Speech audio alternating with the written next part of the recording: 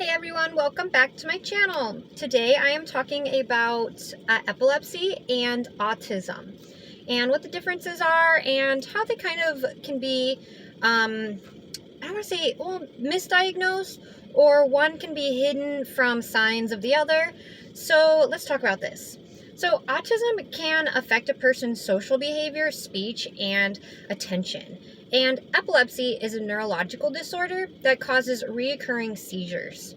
Seizures are the result of atypical or uncontrolled electrical activity in the brain. So these are different disorders, but they do coexist with each other quite a bit, actually. It's estimated that 1.2% of the US population has epilepsy, and ASD, which is autism spectrum disorder, affects 1 in 54 children in the US. So please keep in mind that research and science is always updating and becoming new information, and new studies are being done, so this information does change quite frequently. So just remember, again, in 2 years this information could be changed and updated, but as of today these are the estimated percentages of ASD and epilepsy in the US population. And of that, about 20 to 30% of autistic children will develop epilepsy by adulthood, which is kind of a large percentage if you think about it. So is there a link between autism and epilepsy? Yes, I totally think that there is a link. There is an association between epilepsy and autism. Sorry, I have to turn my page because I always have to write stuff down. So factors that may increase the chances of autistic person having epilepsy are age. The onset of epilepsy for autistic people peak in adolescence and adulthood. Epilepsy becomes more common in adulthood for people on the spectrum. Why this happens, we're not sure, but this does happen. I know that I really started having bad seizures when I was 24. When I started having bad seizures, and I couldn't understand why. This was prior, I was diagnosed with epilepsy before I was diagnosed with autism. Autism became my last diagnosis, and I couldn't understand why I was having so many seizures, and I thought it was just epilepsy. And after epilepsy, my medication that I was on for epilepsy didn't help with all of my conditions, so I continued to further seek help and evaluation, and they finally came up with the diagnosis of ASD for me. So I also have epilepsy. I fall in that 20 to 30% range. What's another one? Coexisting neurological disorders. So other neurological conditions that can affect autistic people who also have epilepsy, such as depression, anxiety, and mood swings. So all of these can affect epilepsy. Sometimes they can increase you having seizures. If you have stress in your day, it'll induce and increase your seizures. Also, I know that, because I'm autistic and on the spectrum, I know that with depression and anxiety, and sometimes I do have mood swings, it all affects my autism, and being autistic causes me to have meltdowns sometimes, and it's not the funnest thing. I know, like today, I feel like I had a seizure in the middle of the night. My mind's kind of scattered, and I know it's Wednesday, and I was really hesitant about doing this video.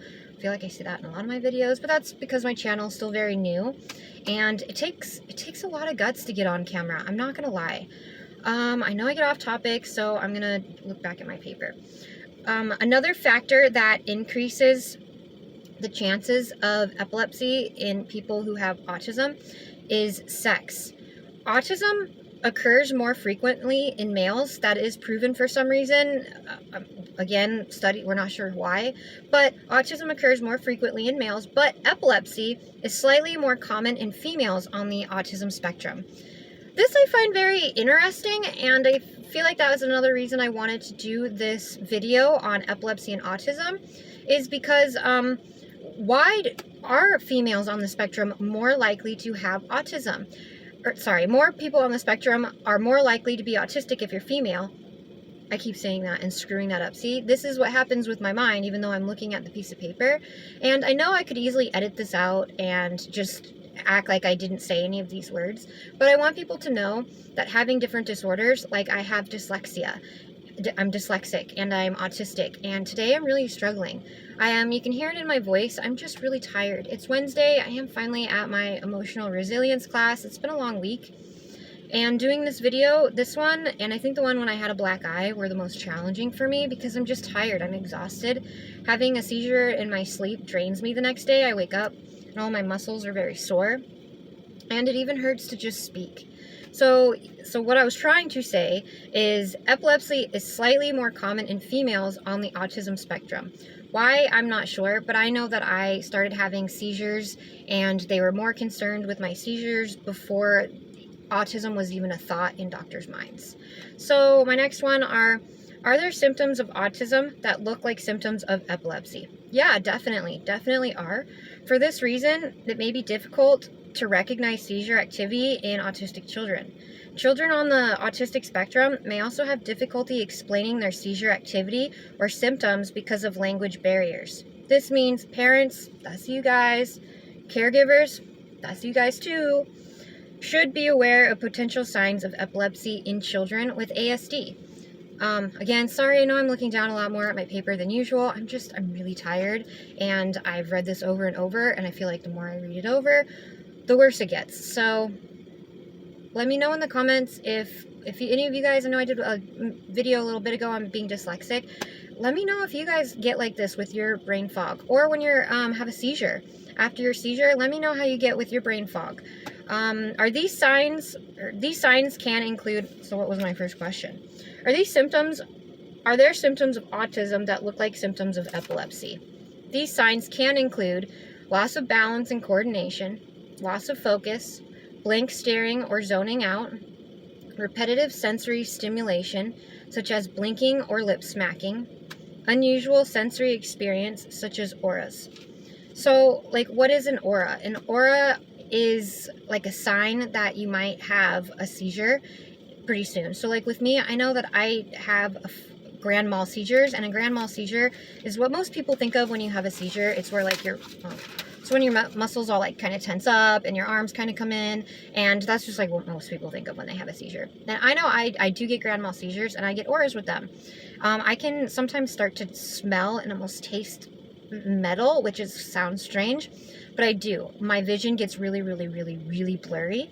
The worst seizure I ever had, I felt really bad for my girlfriend. I just met her from work. We're medical assistants, and she went with me, and this was Christmas Eve, and we were inside Walmart, and we made it to the checkout, and I knew I was gonna have a seizure. We were in the checkout line, and we made it that far, and it's Walmart, so you guys know how Walmart is, and it's a holiday. So I had the seizure in the checkout line, and I couldn't make it out to the car, and I felt so bad for her.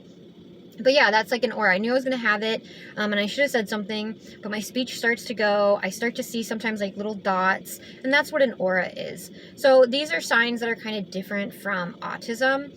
Again, if you like my content, I know this video, I really had a hard time with tripping over my words and staying focused. My channel is authentic. I don't want to really cut and edit my videos when it comes to stuff like that, because this is what my channel is about. It's the difficulties of living in a neurotypical world when I have disabilities and being autistic. So again, if you like my content, like, subscribe. I will talk to you guys next week. Bye.